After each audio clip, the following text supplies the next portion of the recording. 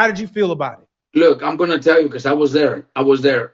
My two fighters that fought on that event, they're happy. They're happy because the day they get there, they treat them special. They feed them. They make sure they're cutting weight. They take care of them after the weigh-ins. They make sure that everything's right. They they pay them very well. So when you have these young fighters who are fighting. I'm starting with Andy Cruz versus Raymond Muratalla because this goes into the subject that I want to talk about. Great performance by Raymond Muratalla. You're a lot better than I thought because, man, I'm not going to lie. Seeing all the performances you had with Tevin Farmer, the two fights, and then Zara Abdulov, I thought you were good, but I'm like, I don't know if he's going to be one of the top fighters at 135. And then seeing the way you beat Andy Cruz, man, very, very impressive. I think you need to pull the trigger a little bit more because it was. I feel like you could have got off a little bit more shots than Andy Cruz, in my opinion. Great coaching by Robert Garcia. And since we're going on to Robert Garcia, he talked about Zuffa boxing on Najee's podcast. Shout out to Najee, by the way, because I'm going to use this clip. He talks about how his fighters are pretty happy with Zuffa boxing. And then I'm going on to Zuffa boxing just personally. I watched their card on Friday.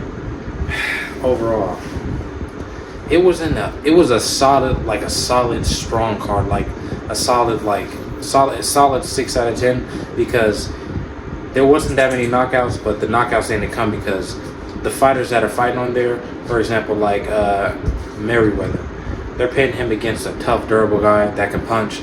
Obviously, the dude didn't have that great of a defense, but it's like they're not pitting you in there with a guy you're just going to get out of there. They're pitting you in there with a tough fighter that's actually going to make you sharpen up your abilities more because you're in there longer. And then Callum Walsh, I'm not going to lie, Callum Walsh, you look pretty nice. I'm not going to lie. Like, after seeing you fight Fernando Vargas, I was kind of like, I don't know if how good he's going to be at 154. You look pretty nice. I'm not going to lie. You couldn't KO Ocampo, which is... but you look very nice. I'm not sure how you fared against someone like Sebastian Fedora. I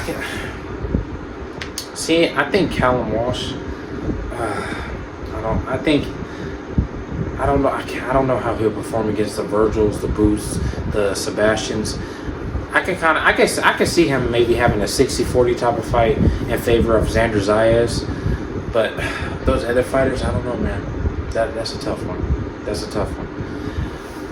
But great performance by Callum, not great, but good performance by Callum Walsh. And then this upcoming week we have Jose Valenzuela versus Torres. I don't think they announced the undercard yet, but just thinking about what Robert Garcia said, because obviously, Dana White, he's known for not paying his fighters that much. Hearing him say his fighters are happy with how they're getting treated, it just makes me think like, if the fighters are happy with it, why should I be fine with it? Because I'm here to watch the fighters, honestly. Well, but whatever.